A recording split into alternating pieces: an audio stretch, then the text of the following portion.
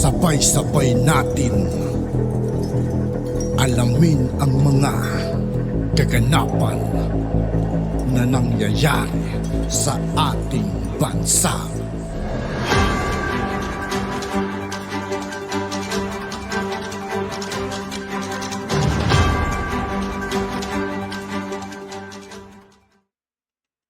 Yo, what's up mga kaibigan? This is I2K po again. Ngayon nandito ulit tayo sa channel ni Pinas News Insider. Dito ulit tayo magbibigay ng komento at reaksyon. Kaya samahan nyo ko guys. Let's go!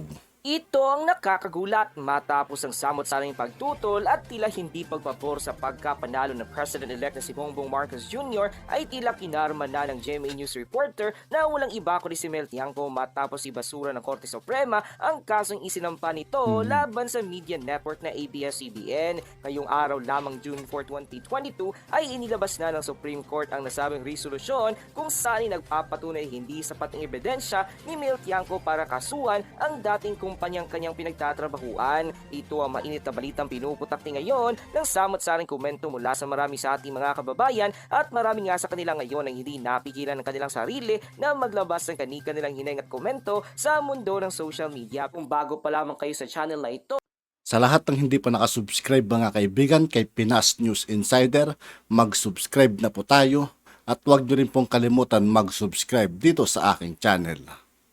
huwag kalimutang i-click ang subscribe at notification bell para mas mangyatili kayo lalo sa lahat pa ng bagong videos na i-upload namin. At yun nga mga kababayan, mainit na pinag-uusapan ngayon sa mundo ng social media ang di mo ni balitang tunay na umuwi nga daw ng luhaan at nakasimangot pa ang GMA reporter na walang iba kundi si Mel Tiangco matapos ibasura ng Supreme Court ang kaso nito laban sa giant network na ABS-CBN. Matagal ng panahon na ang nakakaraan pinahiya ng Korte Suprema ang nasabing GMA reporter matapos makitaan ng butas ang mga pagsisinungaling ni Mel Tiangco at pagsasabi nito na dati daw siyang regular employee ng giant network na ABS-CBN. Ngunit kinatigan ng Korte ang resolusyon at ang mga ebidensya magpapatunay na independent contractor si Mel Tiangco at hindi dapat bigyan ng karampatang aksyon ang kasong isinampa nito laban sa media giant. Matatandaan na nag-ugat ang lahat ng pag-aalis ni Mel Tiangco nang lumabas ito sa Tide Commercial na mahigit na pinagbabawal or mahigpit na pinagbabawal ng giant network na ABS-CBN sa kanilang mga empleyado, lalo na nang lumabas si Mel Tiangco sa ilang mga radio at TV news program. Ayon pa sa naging full report nilabas ng Inquirer.net sa kanilang official website. From Inquirer.net, essay dismissed Mel Tiangco's suit versus ABS-CBN. The Supreme Court has junked the compliant for illegal dismissal filed by the veteran broadcaster Mel Tiangco against media network ABS-CBN. Contrary to Tiangco's claim that she was a regular employee, the tribunal's third division declared that she was actually an independent contractor of the Lopez-owned company, which hired her as newsreader in 1986 until her unceremonious departure 10 years later. There are several factors that may be considered by the courts, but the right to control remains the dominant factor in determining whether one is an employee or an independent contractor, the court said in December 6, 2021 decision, which was made public only on Friday. Payment through the company payroll on the specified dates with income tax withheld at source is not conclusive proof of employer-employer relations, it said. The ruling penned by the Associate Justice Rodel Zalameda concluded the 26-year labor dispute between Tiangco and ABS-CBN.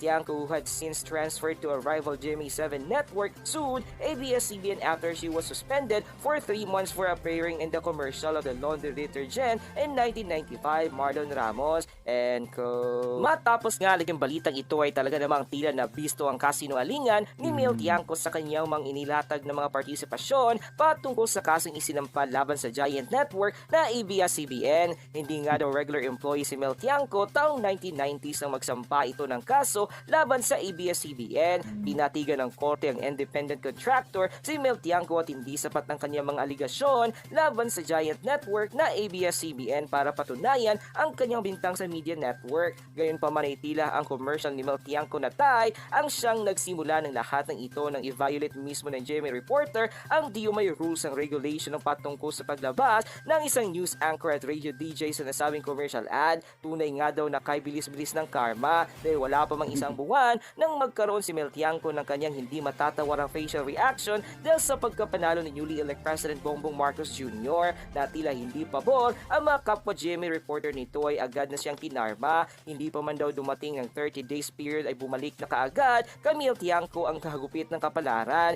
Idinismiss ang kaso nito laban sa Giant Network na ABS-CBN at nilaglag ng korte ang nasabing GMA reporter. Kaya naman payo ng marami sa ating mga kababayan ay totoo nga daw ang kasabihan na kung ano ang iyong itinanim ay siya rin ang iyong aanihin. Sa naging Bumabalik din sa ano rin mga ginagawa nila, no?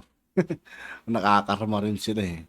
leksyon at tila aral na ito ni Mel Tiangco ay marami sa ating mga kababayan na nagsasabi na may pagkakataon pa ang GMA reporter na magbago dahil imbis na maging bias ay paninindigan nila ang kanilang tagline na walang kinikilingan, walang pinoprotektahan sa diyang serbisyong totoo lamang. Nang lumabas nga ang balitang ito ay umani agad ng samot-saring komento at reaksyon mula sa marami sa ating mga kababayan at marami nga sa kanila ngayon ang hindi napigilan ng kanilang sarili na maglabas ng kanilang hineng at komento sa mundo ng social media. The netizens posted, wala kaming pakikamel, sana mapalitan na yan ng mas bata na journalist, mga sinungaling mga yan. Ay naman kay Miriam Laborte, bote na yang sa mga tao na siraan ng ulo, may President Bongbong Marcos Jr. Ay naman kay Suzote Enahuevo, meaning di natutulog ang Diyos, alam lahat kung sino ang tama at maling gawain. God bless our President always. Ay naman kay Lito Goes, buti nga sa inyo Miss Tiangco, bias ka kasi, karma is real. Ay naman kay Violeta Atelano, Mel ano na, wag kasing masyadong bilib sa sarili,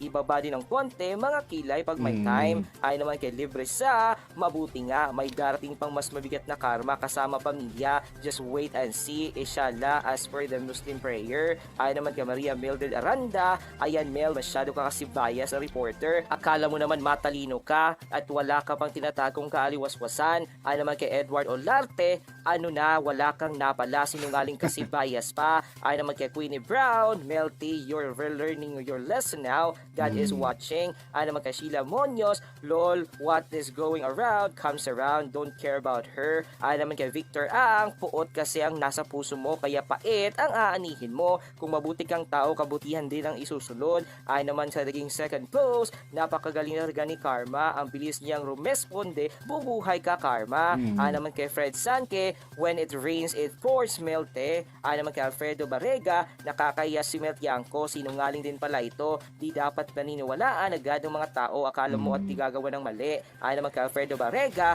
ang indemanda mo ay parang pinakasukan mo, ubo ng kasinungalingan, walang pinoprotektahan, walang kasinungalingan, serbisyong totoo lang, lupuhin nyo ang lelong yung panot. And go. At yun na nga mga kababayan, ano na ang masasabi mo?